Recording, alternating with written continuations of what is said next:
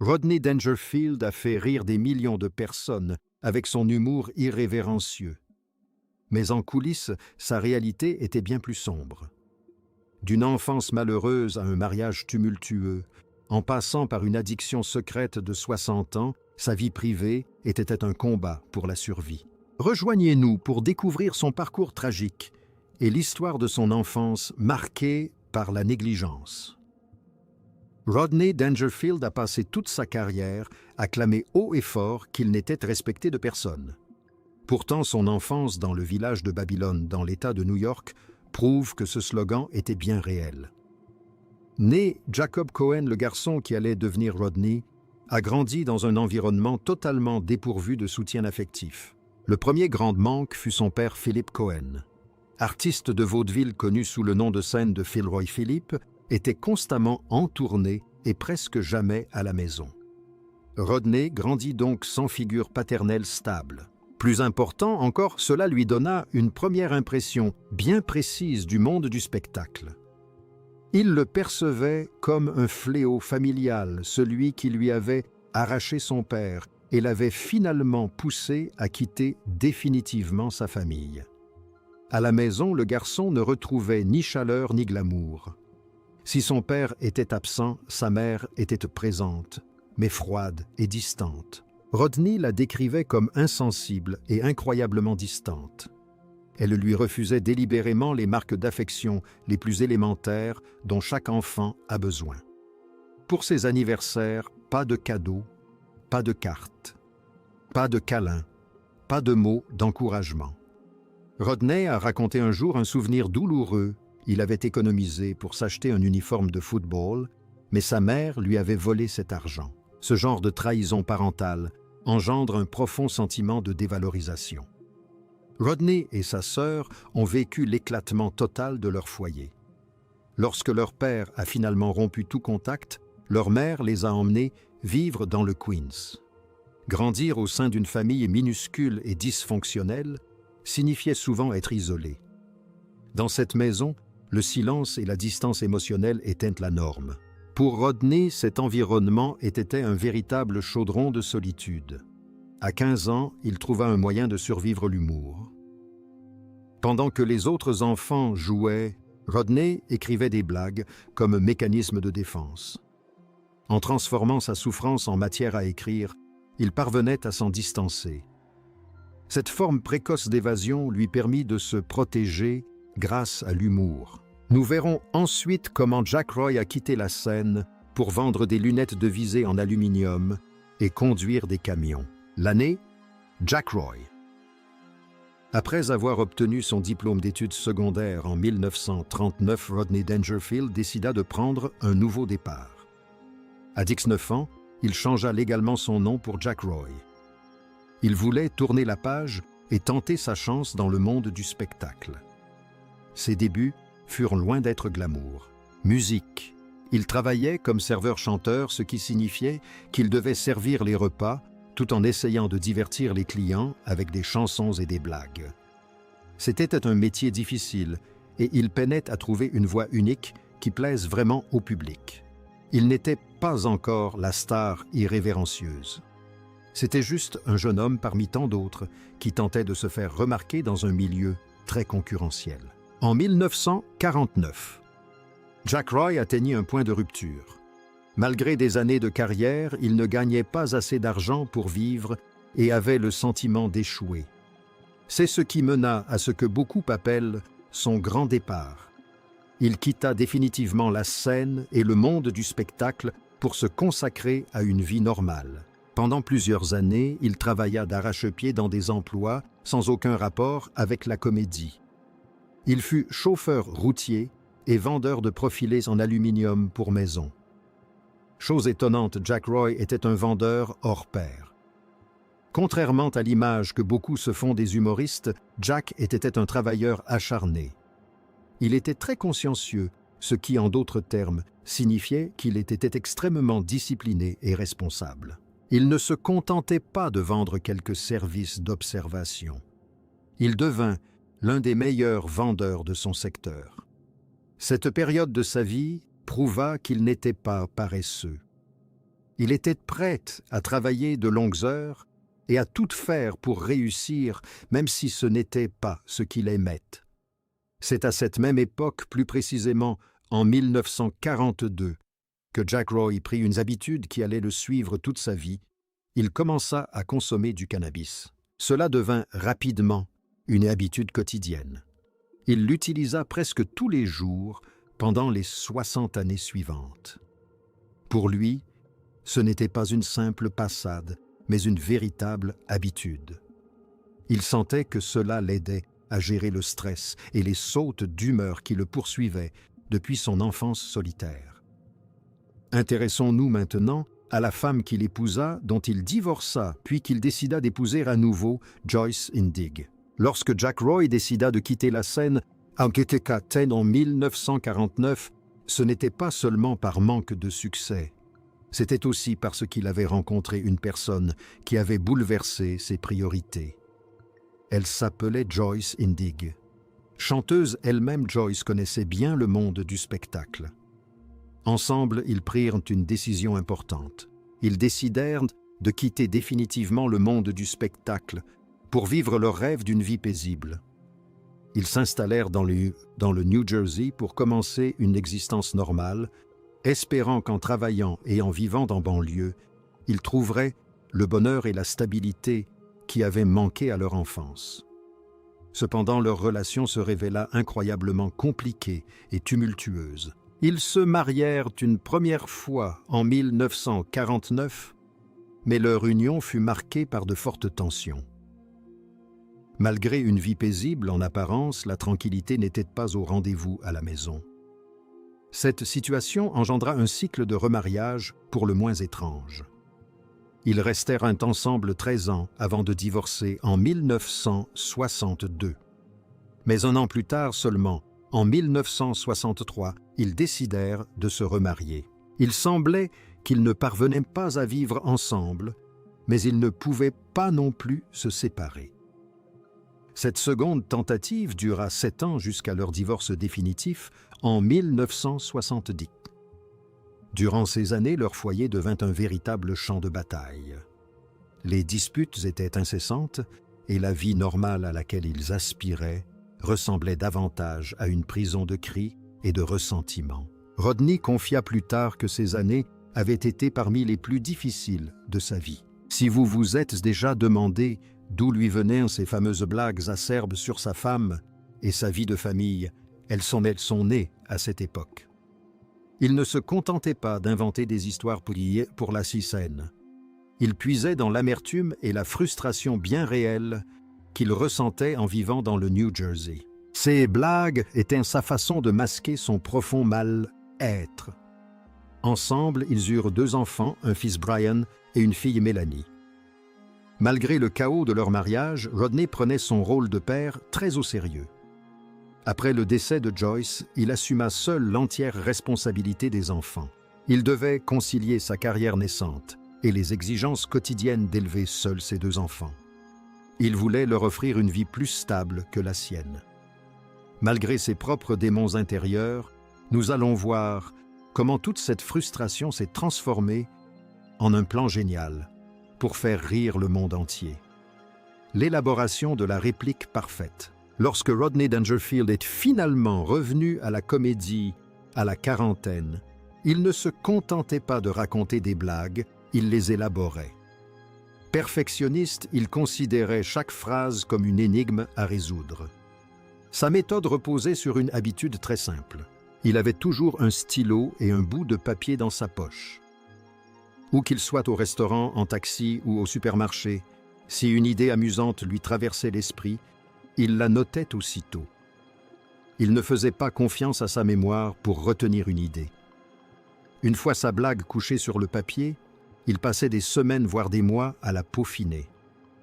Il changeait un seul mot, déplaçait une virgule ou ajustait le rythme d'une pause jusqu'à ce que la blague soit aussi courte et percutante que possible. Il était convaincu que plus une blague était courte, plus le public rirait. Ce souci du détail se reflétait dans sa façon d'aborder les nouveaux sujets.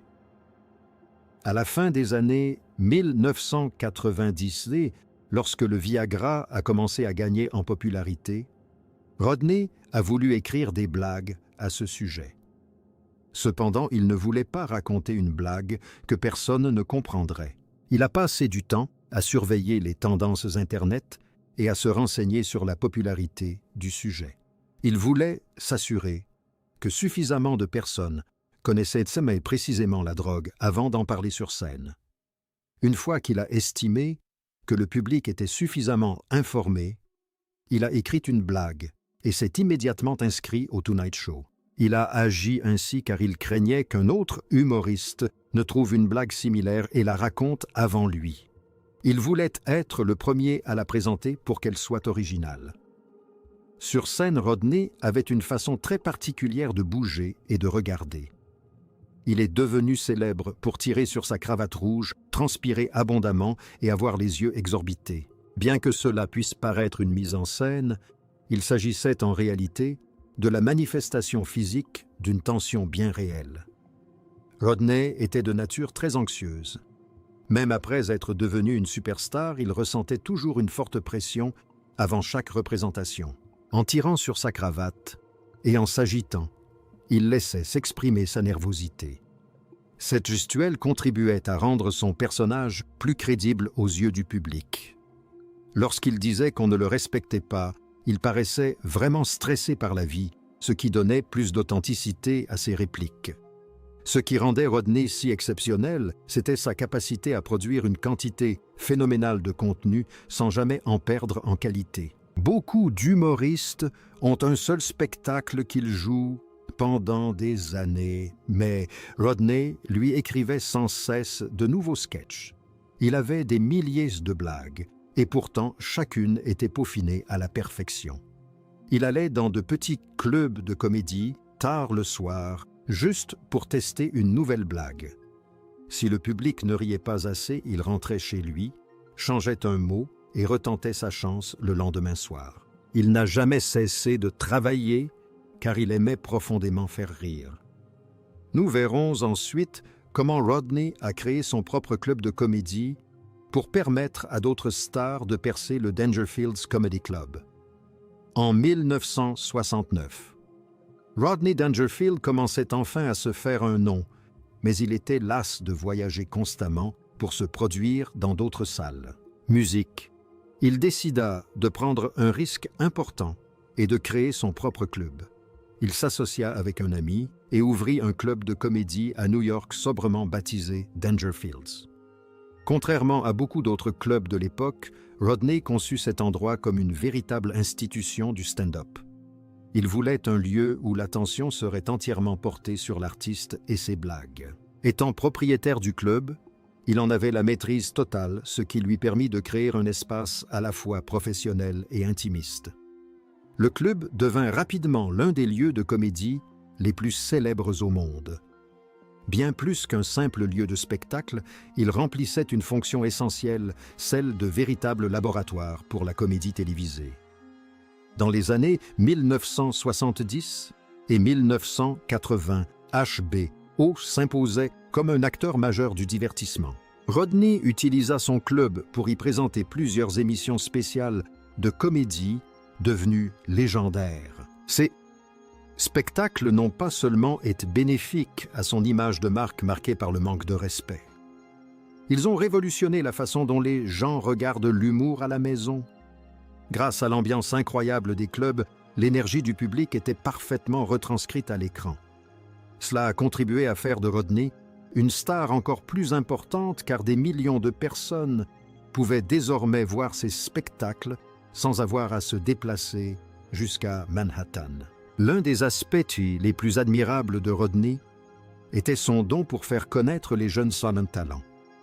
Malgré des décennies de lutte pour se faire remarquer, il n'éprouvait aucune amertume envers les artistes plus jeunes. Au contraire, il était incroyablement altruiste, c'est-à-dire qu'il prenait plaisir à aider les autres sans rien attendre en retour. Il a utilisé son club et ses émissions spéciales pour lancer la carrière d'humoriste au style alternatif, c'est-à-dire un humour plus décalé ou plus incisif que celui des artistes grand public. Il a joué un rôle déterminant dans la découverte de stars comme Jim Carrey, Sam Kinison et Tim Allen. Rodney avait un don pour repérer les talents et offrait souvent leur chance à ses nouveaux venus, quand personne d'autre ne le faisait.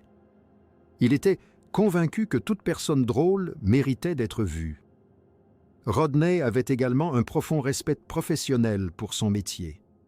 Même devenu très riche et ayant pu facilement prendre une retraite dorée sur une plage paradisiaque, il a refusé d'arrêter de travailler. Ce n'était pas l'argent qui le motivait. Il le faisait parce qu'il aimait sincèrement se produire sur scène. Il était souvent celui qui travaillait le plus dur. Quand il n'était pas sur scène dans son propre club, il était en coulisses à écrire ou à aider d'autres humoristes à perfectionner leur timing. Il est resté actif sur la scène humoristique jusqu'à un âge avancé, prouvant que sa passion pour faire rire était plus forte que son désir de tranquillité. Voyons maintenant comment une rencontre fortuite dans une boutique de fleurs a donné naissance à la relation la plus stable de sa vie, l'influence de Joan Child. Après des années de tumulte et de disputes au sein de son premier mariage, Rodney Dangerfield a trouvé une paix intérieure radicalement différente en 1983. Musique. Tout a commencé lorsqu'il est entré dans une boutique de fleurs à Santa Monica appelée Childs of London. Il n'était pas là pour un rôle au cinéma ou un sketch humoristique. Il était simplement un client. La propriétaire de la boutique était Joan Child, une importatrice de fleurs de 30 ans, sa cadette. Rodney a tout de suite été séduit par elle. Mais ce n'était pas qu'un simple coup de foudre. Il revenait régulièrement à la boutique et finalement une relation se noua entre eux qui allait durer toute sa vie. Ils se marièrent en 1993, 10 ans après leur rencontre. Joan était pour Rodney un véritable pilier, un équilibre qu'il n'avait jamais connu auparavant. Sa vie avait été marquée par le chaos et des personnes aux prises avec leurs propres problèmes. Joan était très différente. Mormone et adepte du thé, elle ne buvait pas d'alcool. Rodney, quant à lui, conservait ses habitudes et sa consommation régulière de cannabis. Mais Joan lui offrait un foyer calme et stable où il pouvait se ressourcer. Elle n'a pas cherché à le changer, mais son mode de vie organisé et paisible a permis de tempérer son tempérament énergique et anxieux. Pour la première fois, Rodney avait une partenaire attentive à son bien-être et à la santé de son entreprise. L'un des aspects les plus surprenants de leur collaboration a été la manière dont Joan a aidé Rodney à envisager l'avenir avec sérénité. Elle était une pionnière du numérique. En 1995, bien avant que la plupart des célébrités ne comprennent ce qu'était Internet, Joan a aidé Rodney à lancer son propre site web officiel. C'était un événement majeur à l'époque. Rodney est ainsi devenu la première grande célébrité à avoir un site personnel en ligne. Joan a perçu le potentiel de Rodney pour communiquer directement avec ses fans sans intermédiaire. Elle a géré sa présence en ligne, veillant à ce que ses blagues atteignent une toute nouvelle génération, qui commençait tout juste à utiliser les ordinateurs. Leur relation était si unique qu'elle a même inspiré le travail créatif de Rodney. En 2000, Rodney a joué dans un film intitulé « My Five Wives ». L'idée du film lui est venue de sa fascination pour les origines de Joan et les cultures différentes dont ils étaient tous deux issus. Bien que le film soit une comédie à l'intrigue rocambolesque, racontant l'histoire d'un homme se retrouvant avec 5 épouses, le cœur du projet résidait dans le lien profond et les conversations passionnantes qu'il avait eues avec Joan sur sa vie et sa famille. Il aimait raconter des histoires qui reflétaient ses propres expériences. Et sa vie avec Joan lui fournissait une source inépuisable d'inspiration. Bien que Joan lui ait apporté beaucoup de bonheur, Rodney souffrait d'une profonde tristesse qu'il a longtemps dissimulée au monde entier. Nous allons maintenant examiner le combat secret que Rodney menait en lui-même alors qu'il faisait rire tout le monde, l'homme contre le personnage. Rodney Dangerfield entretenait une relation complexe avec le personnage qu'il incarnait. Ce conflit est souvent qualifié de piège du personnage. En regardant d'anciens extraits de ses passages au Tonight Show, on remarque qu'il restait presque toujours dans son personnage. Même assis sur le canapé pour discuter avec l'animateur, il le demeurait. Il ajustait sa cravate, transpirait et jetait des regards nerveux autour de lui comme s'il était encore en plein spectacle. Il agissait ainsi lors de presque chacune de ses apparitions publiques. Parce qu'il était totalement investi dans son rôle de Rodney, le public voyait rarement le vrai Jack Roy. Il avait l'impression que s'il cessait d'être drôle, ne serait-ce qu'une minute, le public risquait de se désintéresser de lui. Ce besoin constant de jouer la comédie puisait sa source au plus profond de lui-même. Pour Rodney, le monde du spectacle était une question de survie. Sa mère étant froide et ne lui témoignant jamais d'affection, il cherchait ce réconfort auprès d'inconnus. Quand des centaines de personnes riaient et l'acclamaient, il ressentait comme un substitut à l'amour maternel qui lui avait manqué enfant. Il avait besoin des acclamations de la foule pour se sentir important. Si le public adorait Rodney Dangerfield, alors peut-être que d'une certaine manière Jack Roy était lui aussi attachant. Chose intéressante, Rodney croyait sincèrement à beaucoup de choses qu'il disait sur scène. Il ne faisait pas semblant d'être un raté. Il était profondément convaincu d'être unique. Malgré sa célébrité, ses films à succès et son entreprise florissante, il se sentait toujours comme ce garçon new-yorkais mal aimé. C'est pourquoi son personnage irrespectueux paraissait si authentique. Il ne faisait pas que plaisanter. Il partageait sa vision sincère de lui-même. Il se sentait comme un raté. Alors jouer ce rôle sur scène lui semblait naturel. Cela engendra un conflit intérieur étrange. Rodney s'offensait ou se vexait souvent si les gens le traitaient comme son personnage dans la vie réelle. Il voulait qu'on le respecte comme un homme sérieux et un homme d'affaires avisé. Cependant, comme il ne laissait jamais entrevoir le vrai Jack Roy au public, celui-ci n'avait d'autre choix que de le percevoir comme l'individu irrespectueux. Il aspirait à être perçu comme une personne, mais il était trop effrayé pour ôter le masque de l'artiste.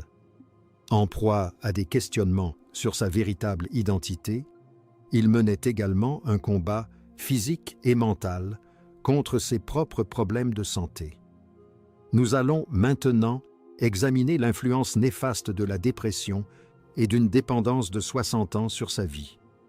Dépression et cannabis. Pendant la plus grande partie de sa vie, Rodney Dangerfield a excellé dans l'art de dissimuler ses véritables sentiments. Derrière ses costumes excentriques et ses blagues célèbres, se cachait un homme aux prises avec une profonde dépression. Ce combat silencieux avait commencé dès l'âge de 15 ans. Malgré sa célébrité et le fait qu'il ait fait rire des millions de personnes, il ressentait une profonde tristesse, presque quotidiennement. Il n'en a parlé au public que pendant plus de 50 ans. Ce n'est que dans son autobiographie dans les années 1990 qu'il a finalement admis l'ampleur de sa souffrance. Pendant des décennies, le monde a vu un homme drôle. Mais en réalité, il menait un combat intérieur terrible. Pour soulager sa souffrance, Rodney s'est tourné vers le cannabis.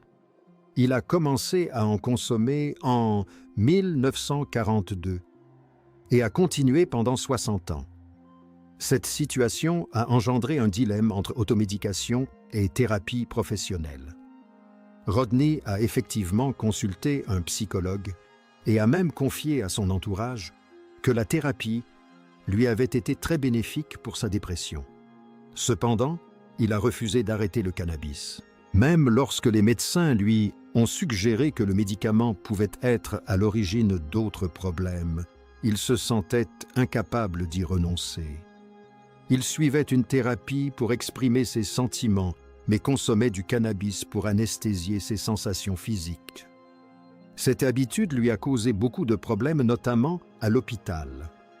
Rodney était tellement dépendant au cannabis qu'il insistait pour en fumer même lorsqu'il était hospitalisé. Musique. Cela a entraîné des incidents à l'hôpital, où il a eu des démêlés avec le personnel et la justice. La plupart des hôpitaux ont des règles strictes interdisant de fumer à cause des bouteilles d'oxygène et de la santé des autres patients, mais Rodney estimait ne pas pouvoir fonctionner sans. Il était prêt à risquer des démêlés avec la justice et la honte sociale pour continuer à consommer cette substance. S'il s'y accrochait avec autant d'acharnement, c'était à cause de ce qu'on pourrait appeler un ancrage pour l'anxiété. Bien que la thérapie l'ait aidé à comprendre sa dépression, il souffrait d'une anxiété physique intense. Il était convaincu que le cannabis était la seule chose capable de faire baisser son niveau d'anxiété de base, cette nervosité constante qu'il ressentait dans son corps. Il avait l'impression que sans cela, son cœur s'emballerait et ses pensées s'emballeraient. Pour lui, la drogue n'était pas un plaisir. C'était un outil dont il pensait avoir besoin pour se sentir suffisamment normal et calme pour parler aux gens. Durant ces derniers jours, la personne qui est restée à ses côtés face à toute cette épreuve était sa femme Joanne. Revenons maintenant sur les moments difficiles où la santé de Rodney a commencé à décliner. Dernière veillée de Joanne. À la fin de l'année 2004, le monde trépidant de Rodney Dangerfield s'est assombri. Après une opération de remplacement de valve cardiaque en août, son état s'est progressivement dégradé. Au lieu de se rétablir, comme tous l'espéraient, Rodney a été victime de plusieurs petits AVC. Musique. Pour ne rien arranger, il a contracté des complications infectieuses que son corps trop affaibli ne pouvait combattre. Il a passé une grande partie de cette période dans le coma au centre médical UCLA avec sa femme Joanne Child à son chevet, jour après jour. Durant cette épreuve, Joanne a raconté une histoire qui est devenue célèbre sous le nom de « baiser du coma ». Bien que Rodney soit resté inconscient pendant une longue période, il y eut un bref instant miraculeux où il sembla se réveiller.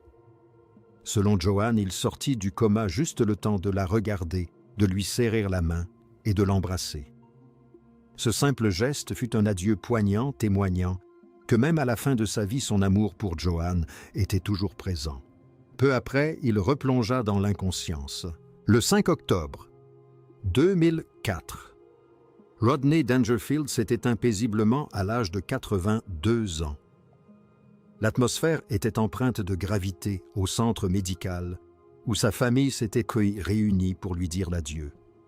Pour Joanne et ses enfants, c'était la fin d'un long parcours avec un homme aussi complexe que drôle. La nouvelle de sa mort s'est rapidement répandue à travers le monde, laissant un vide immense dans le milieu de l'humour. Après son décès, un détail insolite a été révélé quant à la façon dont Joanne a choisi d'honorer la mémoire de son mari.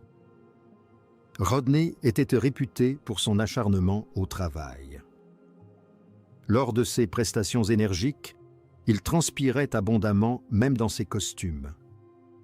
Joanne conservait d'ailleurs une petite bouteille contenant la sueur de Rodney dans son réfrigérateur. Pour certains, cela peut paraître étrange, mais pour Joanne, c'était un témoignage tangible de son éthique de travail légendaire. C'était un rappel concret du sang, de la sueur et des larmes qu'il avait littéralement versé dans sa carrière pour que le monde lui accorde enfin la reconnaissance qu'il méritait. Nous allons maintenant revenir sur la toute dernière fois que Rodney est monté sur scène et sur la seule chose qu'il aurait aimé changer dans sa vie. Ensuite, nous évoquerons son dernier concert d'anniversaire et ses réflexions sur sa longue carrière. Le rideau est tombé. Les dernières années de Rodney Dangerfield furent marquées par des problèmes de santé et un refus obstiné de cesser de se produire sur scène. Le 22 novembre 2000, un Rodney devait se produire au Tonight Show de Jay Leno.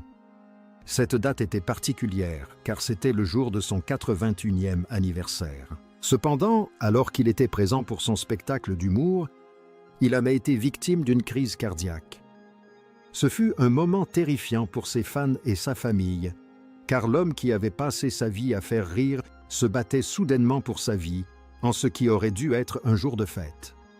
Rodney n'était pas du genre à baisser les bras.